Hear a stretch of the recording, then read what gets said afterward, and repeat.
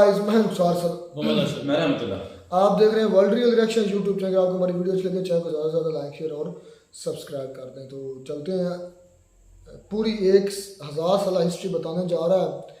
ध्रुव राठी, कई लोग हैं इंडिया के अंदर इसको पसंद नहीं करते, लेकिन 9 मिलियन व्यूज़ है इसके इस वीडियो पर। और 1-2 दिन पहले इसने इसराइल फ़लस्तीन के मामले पर एक वीडियो अपलोड की, इस पर उसके फिर 9 मिलियन है।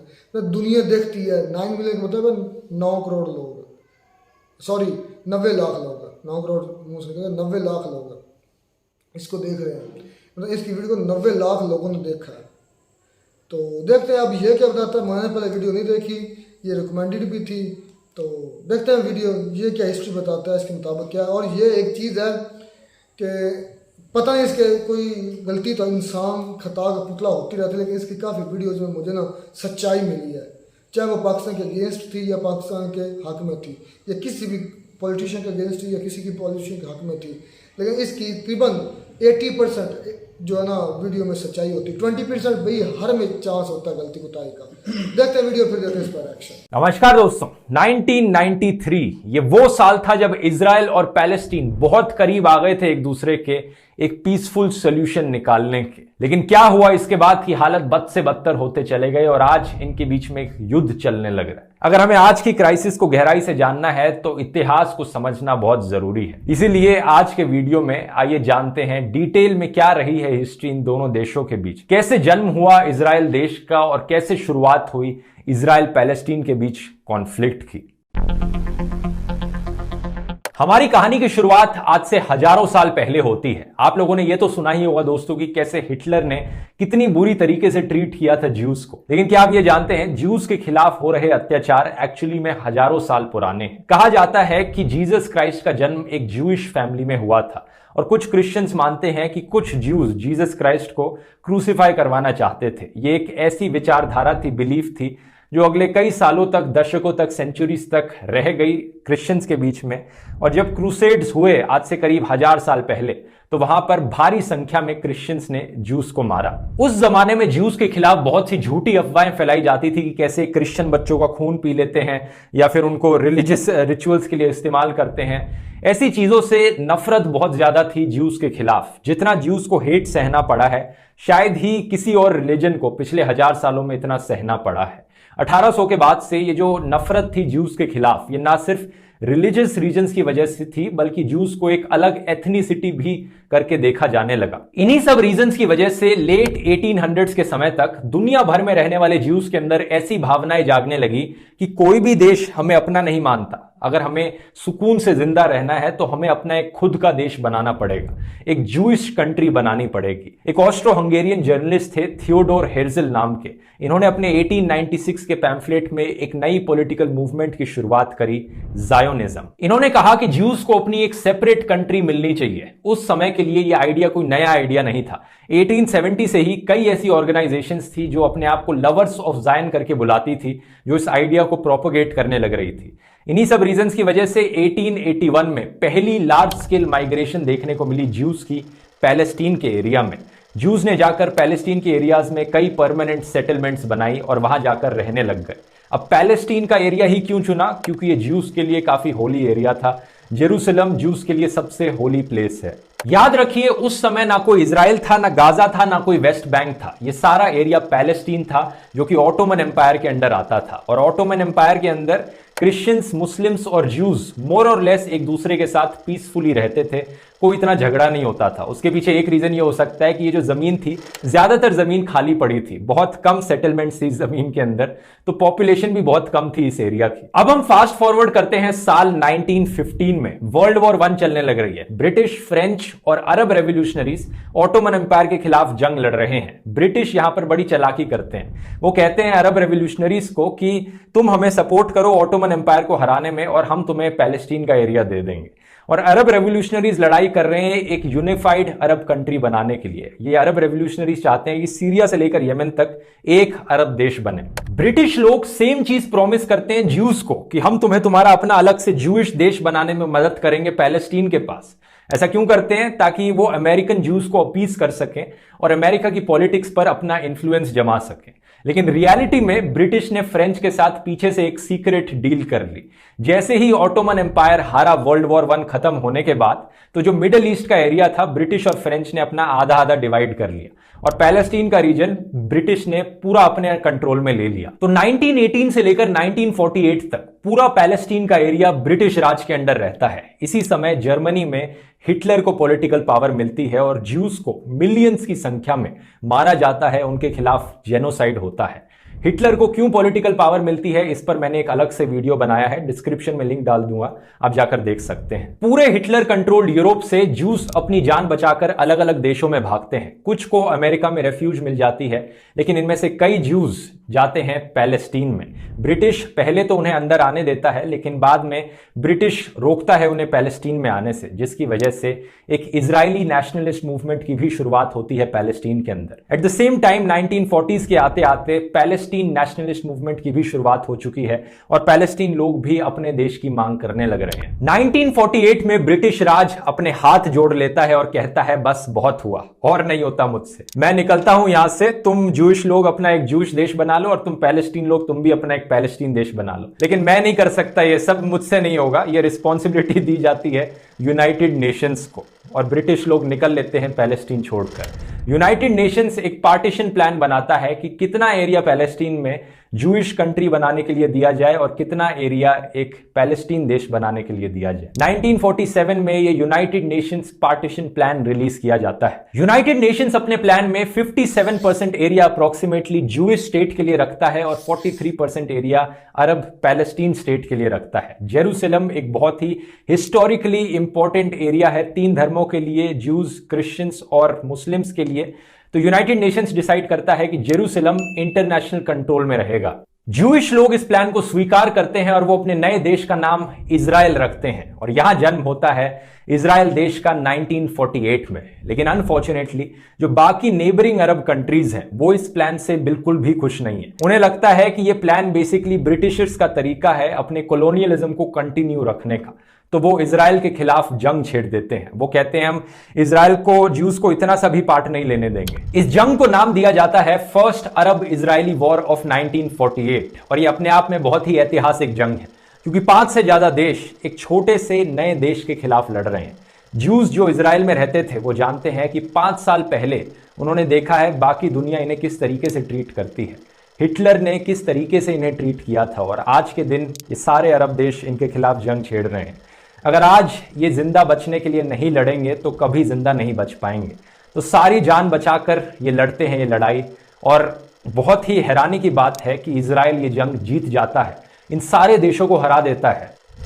1949 में जब जंग खत्म होती है तो यूएन पार्टीशन प्लान के अकॉर्डिंग जो एरियाज पैलेस्टीन के होने थे उनमें से कई एरियाज पर अब इजराइल ने ऑक्यूपाई कर लिया है। जो गाजा स्ट्रिप का एरिया है वो इजिप्ट के पास चला गया है और जो वेस्ट बैंक का एरिया है वो पूरा जॉर्डन के पास चला गया।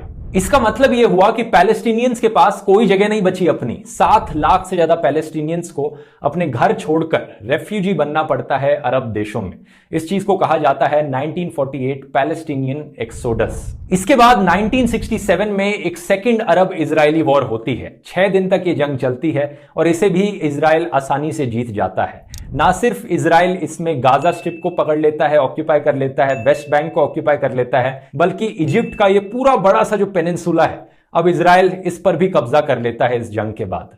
पैलेस्टीन लोग अपना खुद का देश चाहते हैं। इसी रीजन से 1964 में फाउंडेशन होती है पैलेस्टीन लिबरेशन ऑर्गेनाइजेशन यानी PLO की। शुरुआत में इनका एम होता है आर्म्ड स्ट्रगल के थ्रू यानी हथियार उठाकर अपना देश पाना, और शुरुआत में चाहते हैं कि इजराइल जैसा कोई भी देश एग्जिस्ट ना करे। इसी रीजन से यूएसए और इजराइल इसे एक टेररिस्ट ऑर्गेनाइजेशन डिक्लेयर कर देते हैं। लेकिन एक चीज ध्यान देने वाली यह है कि एक इंसान के पर्सपेक्टिव से देखोगे तो ये टेररिस्ट हैं, दूसरे इंसान के पर्सपेक्टिव से देखोगे तो ये रेवोल्यूशनरी है, देश की आजादी चाहते हैं। 1973 में एक तीसरी अरब इजरायली जंग छिड़ती है, लेकिन वो हमारी कहानी में ज्यादा इंपॉर्टेंट नहीं है क्योंकि उसके बाद ज्यादा कुछ बदलता नहीं है। लेकिन 1974 में PLO को ऑफिशियली रिकॉग्नाइज कर लिया जाता है यूनाइटेड नेशंस जनरल असेंबली के द्वारा कि ये पैलेस्टीनियन लोगों के रिप्रेजेंटेटिव हैं। 1979 में इजिप्ट और इजराइल के बीच में पीस टॉक्स सक्सेसफुल होती हैं और इजिप्ट पहला देश बन जाता है पहला अरब देश इजराइल को रिकॉग्नाइज करने वाला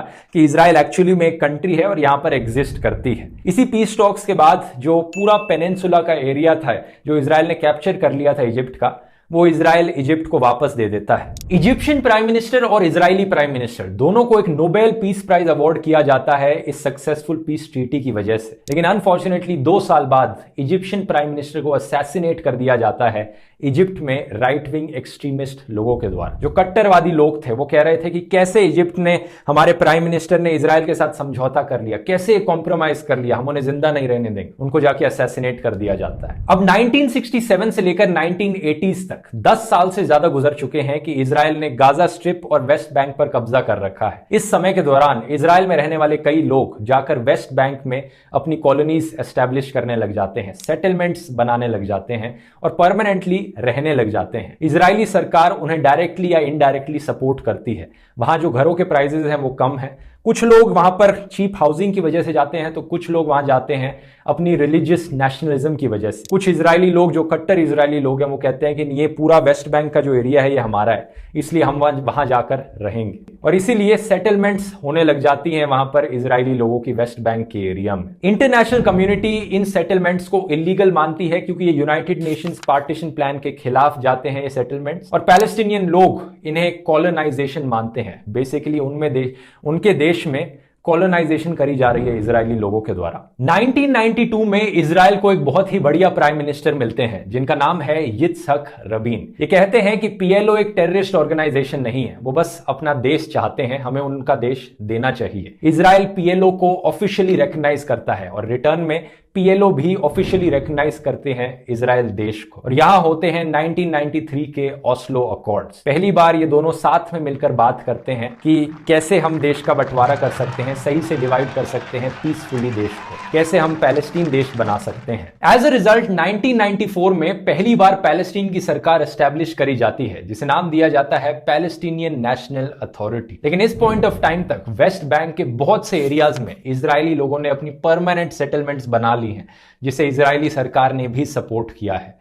तो पैलेस्टीनियन लोग बहुत ही कम गिने चुने एरियाज में टुकड़े टुकड़ों में रहने लग रहे हैं। तो 3 एरियाज में डिवाइड करने का फैसला किया जाता है वेस्ट बैंक के एरिया को, एरिया ए, बी और सी। एरिया ए वाले वो एरियाज होंगे जहां पर पैलेस्टीनियन सरकार अपना कंट्रोल रखेगी। एरिया बी वो एरियाज जहां पर दोनों सरकारें साथ में कंट्रोल करेंगी और एरिया सी वो एरियाज जहां पर इजरायली सरकार अपना कंट्रोल रखेगी। तो यूनाइटेड नेशंस का पार्टीशन प्लान तो बहुत दूर की बात है। रियलिटी में 1994 में पैलेस्टीन को सिर्फ कुछ गिने चुने टुकड़े ही मिल पाते हैं वेस्ट बैंक के एरिया में और गाजा स्ट्रिप में, जहां पर वो अपना देश बना सकें। लेकिन अच्छी खबर यह है कि इस पॉइंट ऑफ टाइम तक इजराइल और पैलेस्टीन बहुत करीब पहुंच चुके हैं एक पीसफुल सॉल्यूशन निकालने के। इस रीजन की वजह से 1994 में पैलेस्टीनियन अथॉरिटी के प्रेसिडेंट यसीर अराफात और इजराइल के प्राइम मिनिस्टर यित्जहक रबीन को नोबेल पीस प्राइज अवार्ड किया जाता है। लेकिन अनफॉर्चुनेटली इसके बाद पूरी सिचुएशन का सत्यानाश हो जाता है जब एक्सट्रीम राइट विंग जूइश लोग वो अपने प्रधानमंत्री का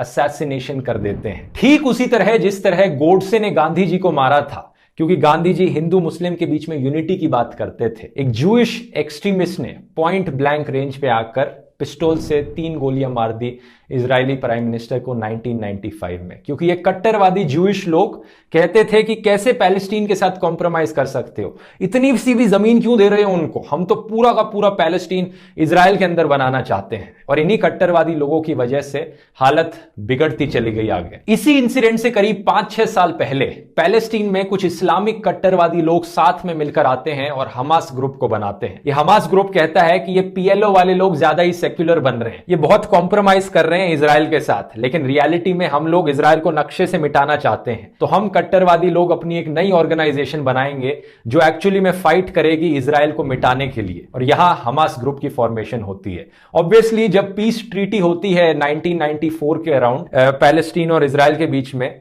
एक तो ज्यूइश कट्टरवादी लोग इससे अपने प्रधानमंत्री से काफी नफरत करते हैं, दूसरी तरफ हमास वाले लोग भी पीएलओ से नफरत करने लग जाते हैं कि क्यों इन्होंने कॉम्प्रोमाइज किया इजराइल के साथ जाकर। हमास ग्रुप ना सिर्फ 1996 की पैलेस्टीनियन इलेक्शंस को बॉयकॉट करता है बल्कि सुसाइड बॉम्बिंग्स भी करवाता है इसराइल में, जिसकी वजह से दोनों साइडों में एक्सट्रीम राइट विंग ग्रुप्स की डोमिनेंस बढ़ने लग जाती है, पोलराइजेशन बढ़ने लग जाती है। दोनों तरफ के लोग, इजरायली और पैलेस्टीनियन लोग, एक दूसरे से नफरत करने लगते हैं। कुछ नफरत तो पहले से ही थी, अब वो और भी ज्यादा बढ़ने लग जाती है 1995 के बाद से। 2002 के अराउंड वायलेंट प्रोटेस्ट देखने को मिलते हैं दोनों साइडों में। 100 से ज्यादा इजरायली और पैलेस्टीनियंस मारे जाते हैं एक दूसरे की तरफ। ग्राउंड पर क्लैशेस होते हैं और अब इतने ज्यादा स्केप्टिकल हो चुके हैं ये लोग एक दूसरे को लेकर कि इजराइल अब अपनी सेटलमेंट्स में दीवारें बनाने लग जाता है। जो परमानेंट हाउसेस इनके सेटल्ड लोगों ने क्रिएट करे हैं वेस्ट बैंक में, उनके चारों तरफ सिक्योरिटी गार्ड्स डिप्लॉय कर दिए जाते हैं, चेक पॉइंट्स लगवा दिए जाते हैं और पैलेस्टीनियन लोगों का रहना और भी मुश्किल होते जाता है। 2006 में हमास मिलिटेंट ग्रुप इलेक्शन लड़ता है पैलेस्टीन में और जीत जाता है। जो पीएलओ वाली पार्टी थी, फतह है उसका नाम, उसे हरा देता है, लेकिन काफी छोटे मार्जिन से। 132 में से 74 सीट्स जीतता है। लेकिन इसके बाद 2007 में इन दोनों पॉलिटिकल पार्टीज के बीच में सिविल वॉर हो जाती है पैलेस्टीन के देश में। इंटरनली लोग लड़ने लग जाते हैं, जो इस पार्टी के सपोर्टर्स हैं और जो दूसरी पार्टी के सपोर्टर्स हैं। 2007 में इस जंग को बैटल ऑफ गाजा कहा जाता है और पैलेस्टीन देश दो हिस्सों में बंट जाता है। जो गाजा स्ट्रिप है वहां पर अब हमास का कंट्रोल बन जाता है और जो वेस्ट बैंक वाला एरिया है वहां पर फतह और पीएलओ का रूल रहता है, जो कि एक्चुअली में नॉन वायलेंट हैं और एक एक्चुअल गवर्नमेंट की तरह वेस्ट बैंक पर रूल करते हैं। लेकिन आज के दिन गाजा स्ट्रिप पर जहां हमास का रूल है, वो बेसिकली एक टेररिस्ट ग्रुप की तरह उस एरिया को ऑक्यूपाई करके रखते हैं। और जैसा मैंने पिछले वीडियो में बताया, जो लड़ाई देखने को मिलती है जहां से रॉकेट्स फेंके जाते हैं इजराइल की तरफ, वो गाजा स्ट्रिप वाला एरिया है। जबकि वेस्ट बैंक में जहां पीएलओ का कंट्रोल है, वहां पर इस तरह का वायलेंस नहीं देखने को मिलता। तो ये सिचुएशन है आज के दिन की दोस्तों। इसमें कोई शक नहीं कि इजराइल वेस्ट बैंक के एरिया पर पिछले कई दशकों से कॉलोनाइजेशन करता रहा है, जिसकी वजह से क्लैशेस और ज्यादा बढ़ गए हैं। जो अभी रिसेंटली क्लैश हुआ, जिसकी मैंने पिछले वीडियो में बात करी, वो इसी रीजन से हुआ क्योंकि इजराइल ऑक्यूपाई करने लग रहा है वेस्ट बैंक के एरियाज को। और जो इजराइल में भी कट्टरवादी लोग हैं वो कहते हैं कि नहीं, हमें पूरा का पूरा वेस्ट बैंक एरिया अपने लिए चाहिए, पूरा जेरूसलम अपने लिए चाहिए। और पैलेस्टीन में भी जो कट्टरवादी लोग हैं वो कहते हैं कि हम तो इजराइल को पूरी तरह से मिटाना चाहते हैं। सबसे बड़ा सवाल ये उठता है कि क्या सोल्यूशन निकल सकता है इस चीज का। आप पैलेस्टीन के नक्शे को देखो, वेस्ट बैंक में ये देश इतने टुकड़ों में मौजूद है कि आज के दिन इस देश को अलग सरकार दे भी दी जाए तो कैसे एग्जिस्ट कर पाएगा ये इतने छोटे छोटे टुकड़ों में। कुछ लोगों का मानना है कि यहां पर एक 2 स्टेट सॉल्यूशन अभी भी निकल सकता है कि 1967 के बेसिस पर एरिया को डिवाइड कर दिया जाए, इजराइल पैलेस्टीन के बेसिस पर। कुछ लोग कहते हैं कि नहीं, हमें यूनाइटेड नेशंस के पार्टीशन प्लान के अकॉर्डिंग जाना चाहिए और 1948 के अकॉर्डिंग इजराइल और पैलेस्टीन को एरिया देना चाहिए और एरिया उस तरह से डिवाइड करना चाहिए। लेकिन अगर ऐसा किया जाएगा तो सवाल सबसे बड़ा ये उठेगा, उन कॉलोनीज का क्या होगा जो इजराइल ने परमानेंट सेटलमेंट्स बना रखी हैं पैलेस्टीन के अंडर। ये एक्चुअली में प्रॉपर सोसाइटीज हैं जहां पर लोगों के घर हैं, स्कूल हैं, अस्पताल हैं, बड़ी बड़ी सड़कें बनी हैं यहां पर। इन एरियाज का क्या होगा अगर ऐसा होता है कि ये एरियाज पैलेस्टीन के पास चले जाएंगे। अब करीब लाखों में लोग रहते हैं जो वेस्ट बैंक की सेटलमेंट्स में हैं। यहां पर मैं आपसे पूछना चाहूंगा, आपको क्या लगता है दोस्तों, क्या सोल्यूशन निकल सकता है इस क्राइसिस का, इस प्रॉब्लम का? किस तरह से दो देशों को डिवाइड किया जाए एक दूसरे के बीच में? नीचे कमेंट्स में लिखकर बताइए। उम्मीद करता हूं ये वीडियो आपको इन्फॉर्मेटिव लगा होगा दोस्तों। अगर कोई लेसन आप इस वीडियो से लेना चाहते हैं तो वो ये होगा मेरी राय में कि कट्टरवादियों के खिलाफ अपनी आवाज उठाना बंद मत कीजिए। मिलते हैं अगले वीडियो में। धन्यवाद। तो ये वीडियो बड़ी प्रिसाइजली, बड़ी डिटेल के साथ अपना ध्रुव राठी ने बनाई है। अब क्या रिस्पॉन्स करेंगे इंडियन इस पर? इसके अपने अल्फाज हैं, ये भी इंडियन ही है। अब मैं लेकर उनकी वीडियोज आऊँगा जो जिनका ये इजराइल फलस्तीन पर कॉन्फ्लिक्ट पर मतलब है ना वीडियोज होगा। इस लफ्ज़ क्या यूज़ किया रहमतुल्लाह गौस सुना था, इन्वेडर्स जी, इन्वेडर्स इजराइली। बिल्कुल 1885 ये बताया, 1881 बताया, उसमें पहली हिजरत हुई थी इजराइलियों की फ़लस्तीन में। इसने पहला नक्शा बताया 1947 से पहले। उन्होंने कहा कि ये टोटली एरिया फ़लस्तीनियों का था। मतलब कि अब ये भी मानते हैं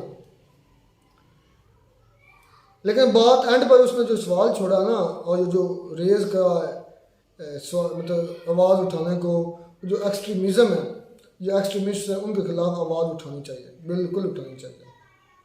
क्या यहूदी खुद मान रहा है? यहूदी नहीं एक्सट्रीमिज्म कर रहा है।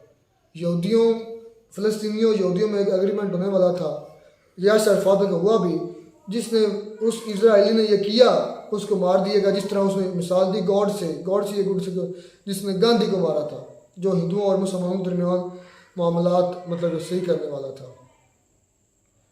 बड़ी हिस्ट्री तल्ख है।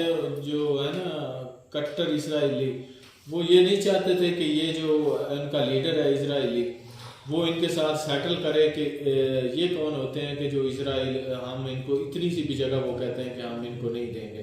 तो इस वजह से जैसे गांधी चाहते थे कि मुसलमानों और हिंदुओं में एक अच्छा बाउंड हो, तो उनके साथ मिलजुल के रहें, ऐसे वो भी जो इजराइल के लीडर थे वो भी यही चाहते थे कि इन मुसलमानों के साथ ना, फ़लस्तीन वालों के साथ मिल बैठ के इसका हल निकाला जाए। तो जो कट्टर इजरायली थे उनको ये अच्छा नहीं लगा था, उन्होंने मेरे ख्याल में कह रहा था कि 3 फायर किए और उसकी असैसिनेशन कर, पहले ने जो किया मुसलमानों की तरफ से उसको मार दिया गया, उसको उनको भी नोबेल प्राइज मिला था, प्लीज का नाम भूल गया, उसको मुसलमानों ने मार दिया। नहीं, यासर अराफात से पहले जिसने किया था 1974 या 780 में, उसके बाद ये हुआ 1994 में हुआ, उसको इजराइलियों ने मार दिया। मतलब इजराइली या यहूदी भी एक्सट्रीमिस्ट हैं और मुसलमानों का भी उनका ये काम, मतलब कि इससे ये चीज़ ज़ाहिर होती है कि एक्सट्रीमिज़म मज़हब से ताल्लुक़ नहीं रखते, एक्सट्रीमिज़म ताल्लुक़ रखती सोच से, आपकी सोच क्या काम कर रही है, ठीक है ना।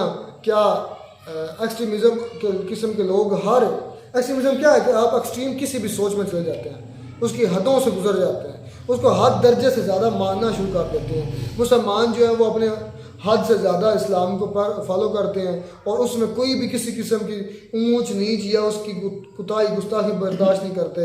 या इस तरह यहूदी हैं, वो जो यहूदीज़म है, उनका है अपना मज़हब है, उसमें भी वो भी ऊंच नीच बर्दाश्त नहीं करते। इस तरह हिंदुइज़म है, जिसने गॉडसे ने मारा गांधी को, उसका भी यही नज़रिया था। यानी कि एक्सट्रीम का मतलब है जब आप अपने नज़रियात में एंड तक चले जाते हैं, और ये हर मज़हब के लोगों में पाया जाता है, लेकिन सबसे ज़्यादा बदनाम मुसलमान है, क्योंकि तमाम मज़हब को ये पता है कि सबसे ज़्यादा तेज़ जो फैल रहा है वो इस्लाम है, सबसे एंड पर चाहे आया है, लेकिन सबसे तेज़ी से फैल रहा है।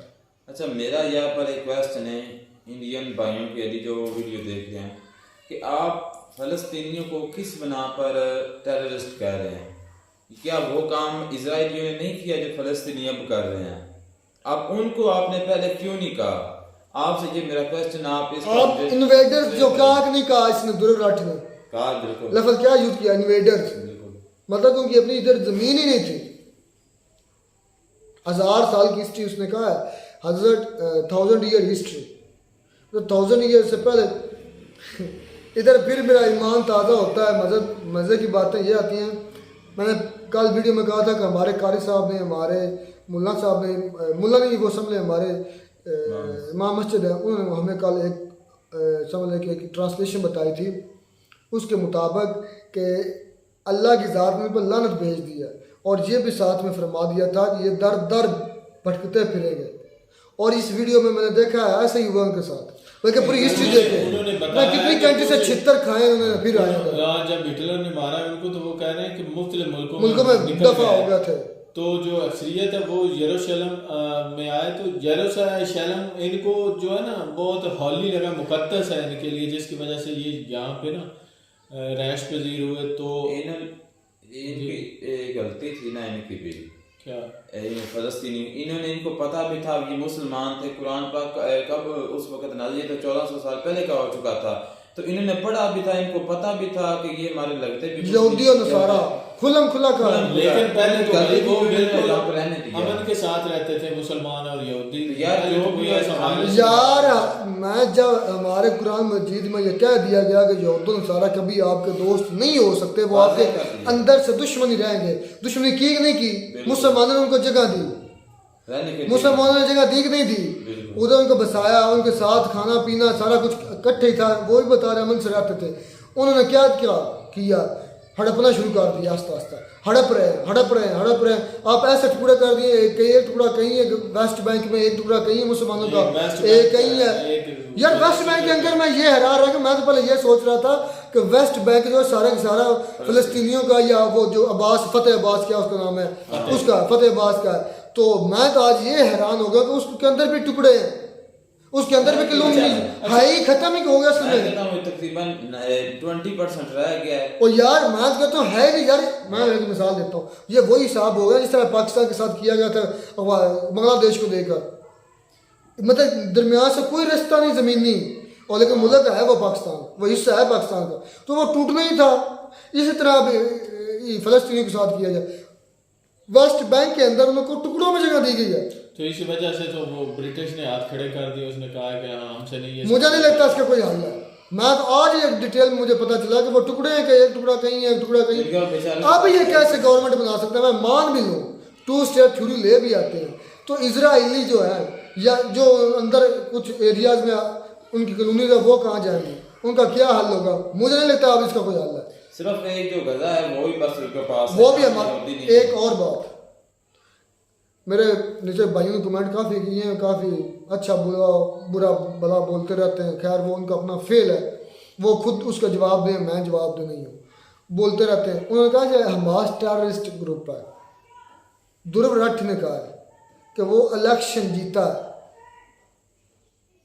लफ्ज़ और वीडियो फिर चलाना कि इलेक्शन हुआ था, इलेक्शन होने के बाद नहीं वेस्ट जो है ना गजा में टोटली उसकी उनकी सीटें थी।